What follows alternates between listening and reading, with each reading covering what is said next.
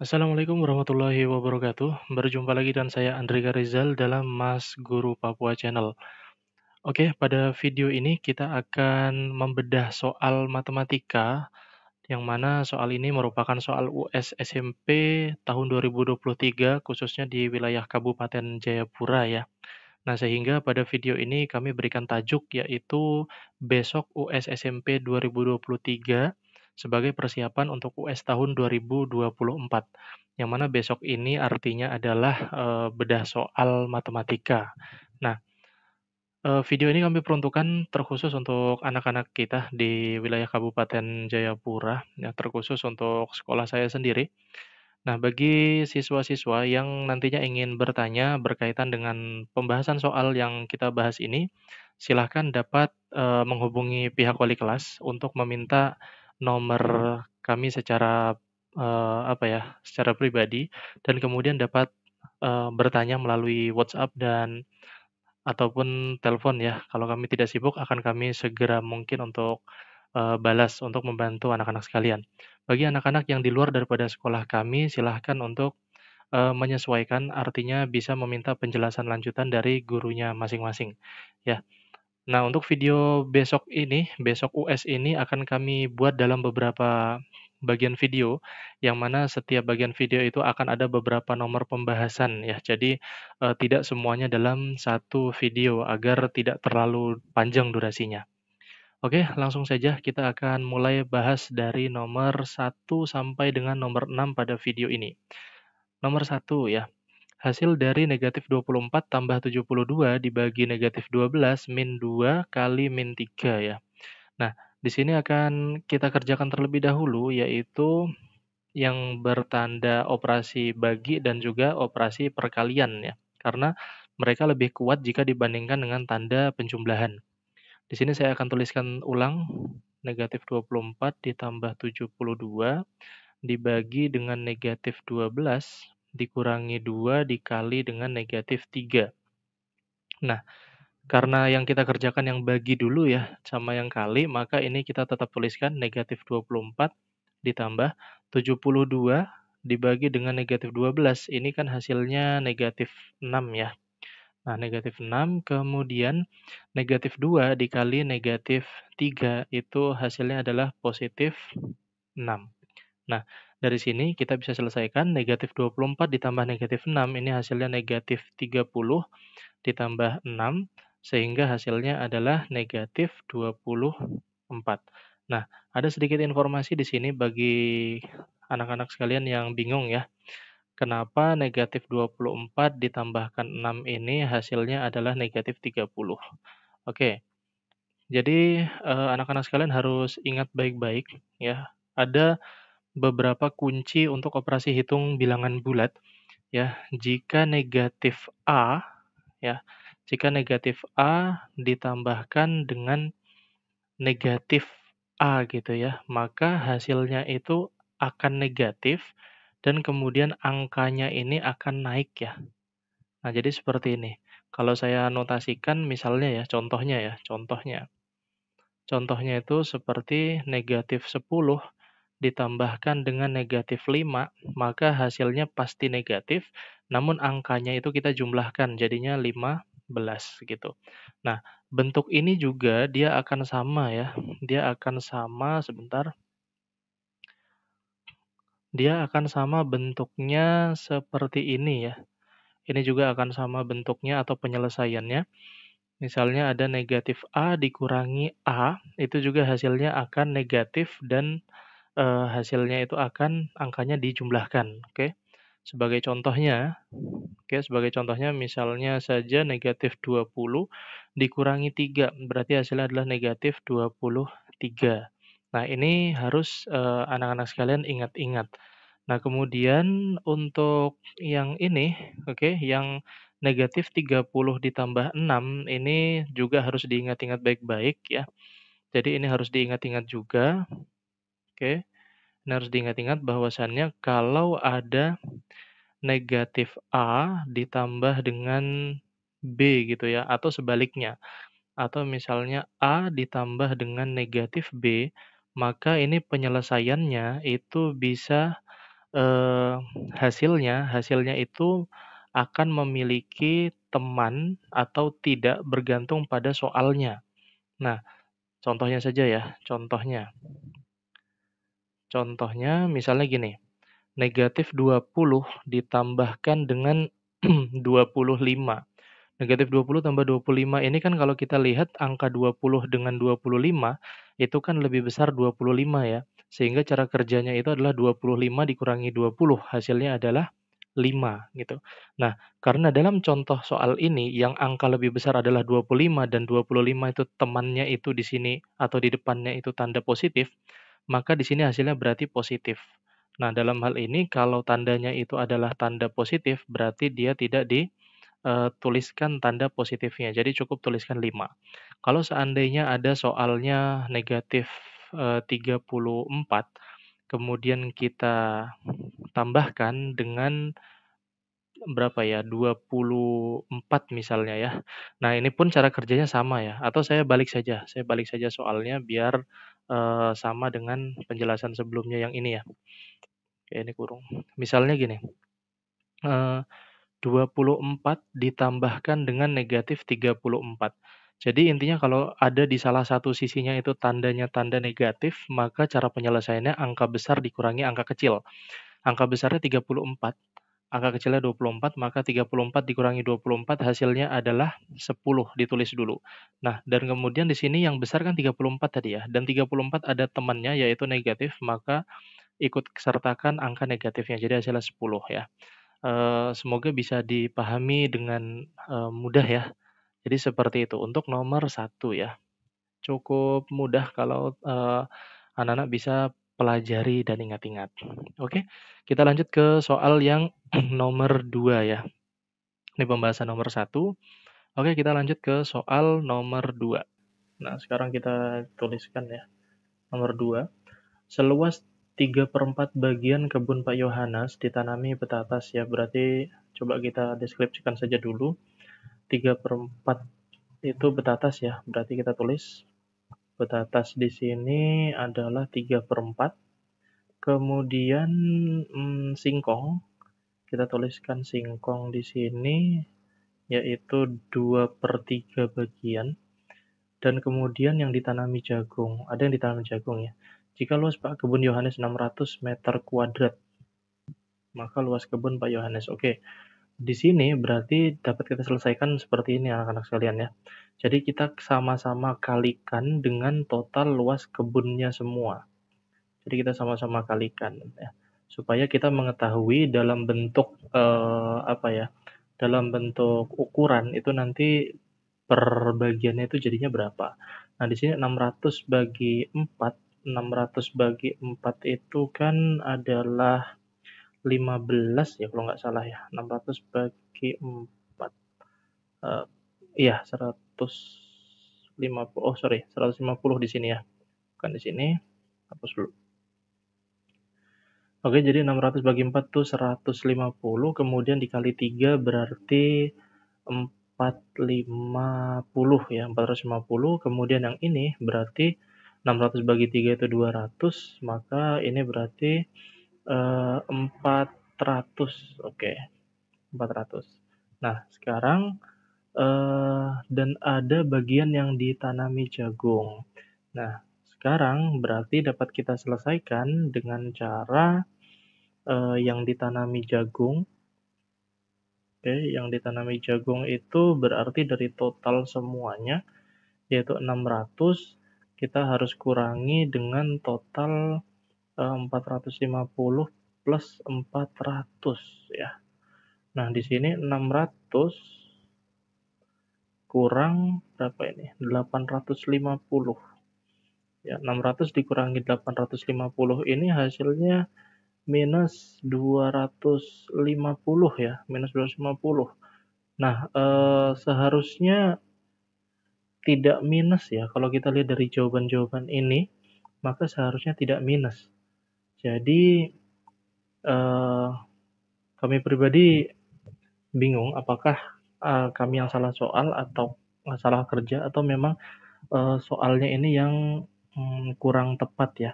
Tapi kalau misalnya anak-anak disuruh jawab, ya silahkan jawab saja yang ini ya, silahkan jawab saja yang C gitu. Untuk nomor satu tadi jawabannya adalah yang A ya. Oke, jadi seperti itu ya. Kalau misalnya ada yang salah silahkan dikoreksi ya. Oke, kita lanjut pada nomor yang berikutnya. Nah, ini soal perbandingan ya. Seorang pemborong memperkirakan dapat menyelesaikan suatu pekerjaan dalam waktu 11 bulan. Oke, 11 bulan itu bisa dia selesaikan dalam oke, 11 bulan akan diselesaikan dengan 96 pekerja. Karena suatu hal pekerjaan maka harus selesai dalam waktu 8 bulan ya. Jadi dia harus bisa selesai 8 bulan dan di sini pekerja yang diperlukan sebanyak. Jadi yang ditanya adalah yang diperlukan. Di sini harus dilihat baik-baik ya. Jadi ada berapa? Jadi bukan yang ditambah. Harus dari 96 tambah berapa, tapi kita harus cari total yang diperlukan totalnya berapa. Di sini kita asumsikan X saja ya, karena kita belum tahu nilainya berapa gitu. Oke, nah di sini pada video saya yang lain itu bisa dicari di materi kelas 7 tentang perbandingan senilai dan berbalik nilai ya.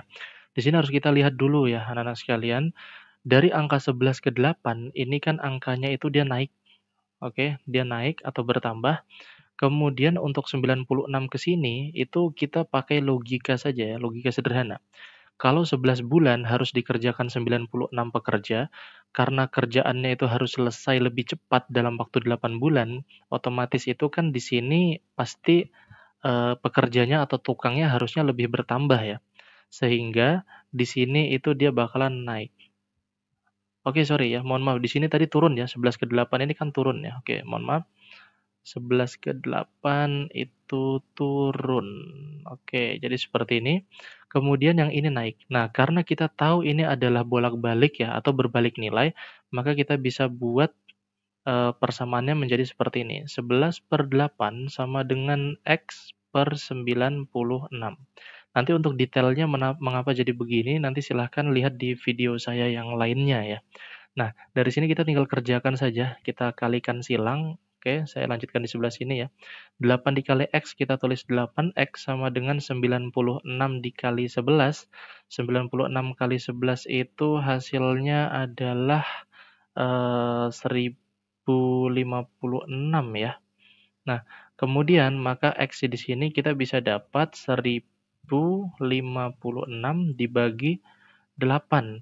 Nah, berapa hasil 1056 dibagi dengan 8? Hasilnya adalah 132 ya. Artinya yang kita butuhkan itu adalah sebanyak 132 pekerja. Maka hasilnya adalah yang B ya, seperti itu. Oke, kita lanjut pada nomor berikutnya. Oke, kita coba lihat nomor 4 ya, nomor 4. Di sini ada Ali membeli 7 baju. Oke. 7 baju itu bisa dibeli seharga 385.000 ya. Nah, bila Budi akan beli 12 baju. Oke, di sini kita tulis saja Budi ya. Di sini khusus Budi. Dia akan beli 12 baju. Nah, 12 baju yang sama dengan baju yang dibeli Ali. Nah, artinya supaya lebih memudahkan kita, kita hitung saja kalau 7 baju ini 385.000, berarti kita hitung saja satu baju itu berapa, anak-anak, supaya gampang ya. Satu baju itu 385.000 dibagi dengan 7, karena tadi 7 baju itu 385.000 gitu ya. Sehingga kita bagi dengan 7, ini nanti hasilnya adalah 55.000 gitu. Nah, kalau satu baju saja 55.000 berarti 12 baju ini sama dengan berapa? Berarti 12 kali 55.000 gitu ya. Nah, 12 kali 55.000 berapa? Tinggal kita hitung saja, 12 kali 55 hasilnya itu berarti 660.000 ya. Nah, ini, jadi 12 baju itu harganya 660.000. Berarti jawabannya adalah yang C. Oke.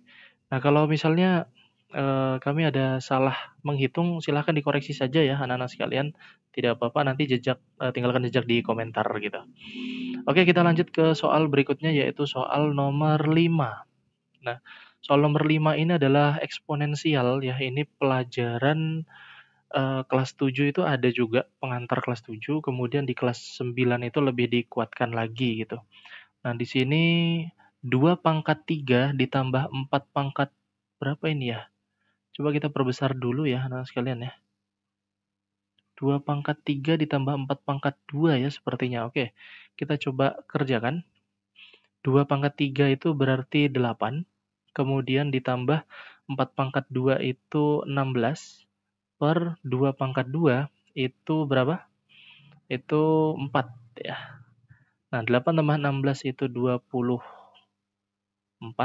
per 4. Hasilnya adalah 6 ya. Maka ini adalah hasilnya.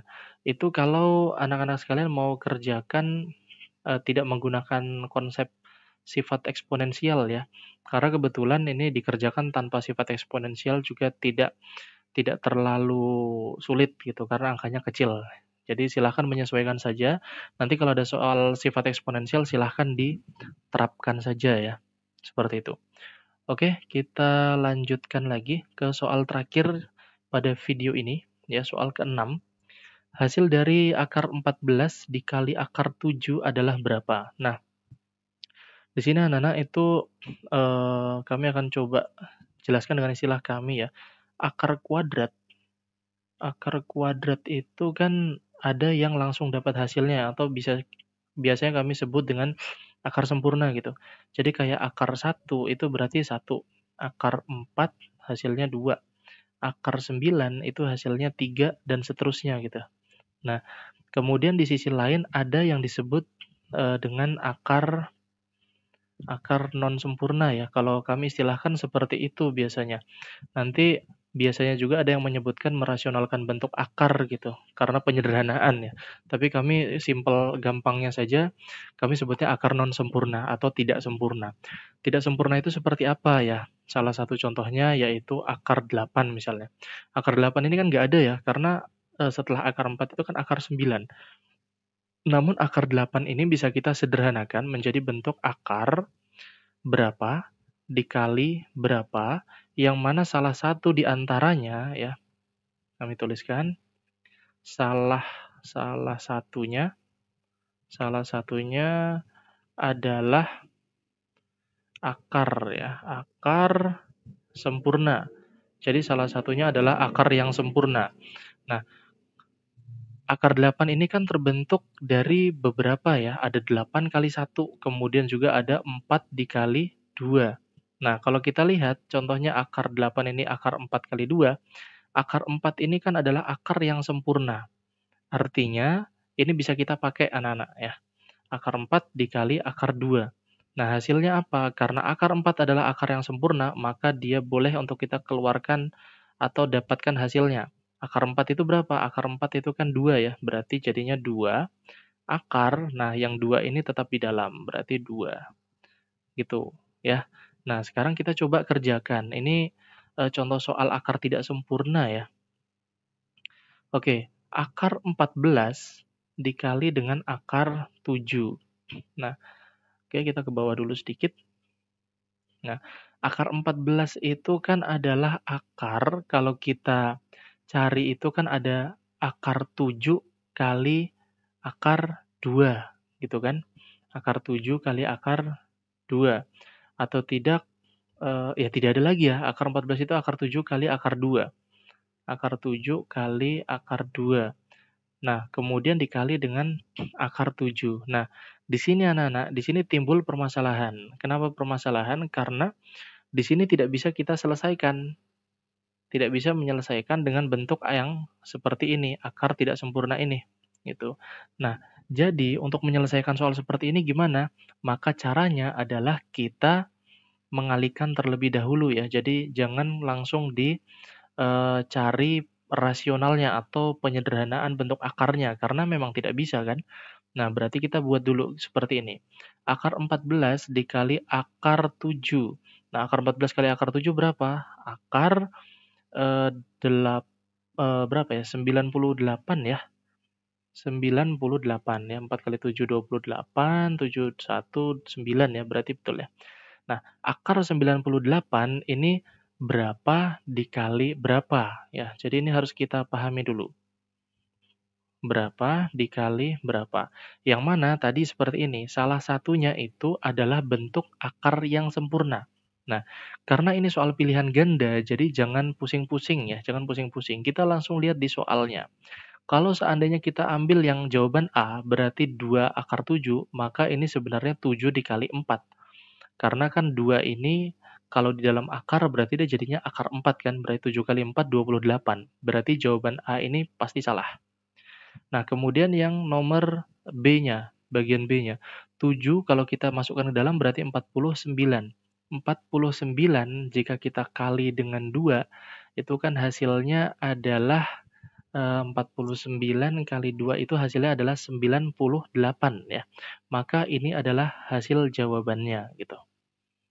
Nah, caranya gimana Pak kalau misalnya kita tidak harus menebak-nebak? Ya berarti caranya kita harus mencari seperti tadi ya. Di sini angka berapa, kemudian di sini angka berapa. Nah, cara simpelnya gimana? Perhatikan caranya ya. Ini adalah cara yang kami buat saja ya. Perhatikan, akar 98 itu bisa, anak-anak sekalian bagi dengan pembagian yang sederhana dulu. Karena ini adalah angka genap, berarti kita bagi dulu dengan angka genap. Berarti 98 kita bagi dengan 2, berarti hasilnya adalah, berapa ya, 49 ya, 49. Nah, hasilnya 49 kan, berarti kita tulis 49 dikali 2. Nah, ketika kita sudah bagi 2 ternyata hasilnya 49 seperti ini kan kita tahu bahwa 49 ini adalah akar yang sempurna. Nah, sehingga bisa kita keluarkan menjadi berapa? 7 akar 2, gitu ya. Jadi betul di sini 49 kali 2, maka betul hasilnya adalah tadi 7 akar 2, itu kalau tidak mau coba satu per satu gitu. Nah, kenapa kemudian tadi kami mengatakan coba satu per satu? Karena soal pilihan ganda ya kita dimudahkan dengan itu. Kalau seandainya kita tidak mau mencari ya silahkan aja dicoba satu-satu gitu loh. Ya semoga, bisa membantu dari penjelasan ini anak-anak, semoga bermanfaat ya. Eee, Tips dari Pak Guru adalah banyak-banyak latihan lagi, banyak-banyak latihan soal sejenis lagi. Kalau memang, butuh latihan soal silahkan, minta soal ke guru kalian, karena pasti di, guru-guru itu ada beberapa soal ya. Nah untuk nomor 2 ini, sejujurnya kami pribadi masih ragu apakah betul jawabannya C ataukah bukan. Karena kalau kita melihat dari pertanyaan ini yang kita tadi sudah selesaikan sama-sama sih seharusnya jawabannya negatif ya seharusnya, karena, eee, tidak mungkin ya, tidak mungkin hasilnya negatif, maka sudah kita cari jawab saja yang mendekati. Nah, ketika ini juga ada satu tips ya, jadi ketika anak-anak itu yakin bahwasannya jawaban kalian yang seperti ini sudah betul cara mencarinya, silahkan dikonfirmasi ke pengawas ujiannya ya. Silahkan dikonfirmasi, biasanya sih akan dilakukan revisi soal biasanya, tapi kalau memang tidak ada revisi maka jawab saja yang ini ya, dengan jawaban yang paling mendekati. Oke, seperti itu, semoga bermanfaat video ini ya, jangan lupa like dan share serta subscribe agar, kalian bisa terus memantau perkembangan dari video ini. Nanti pada video berikutnya kita akan bahas nomor 7 dan nomor berikutnya ya. Sampai jumpa pada video berikutnya. Wassalamualaikum warahmatullahi wabarakatuh.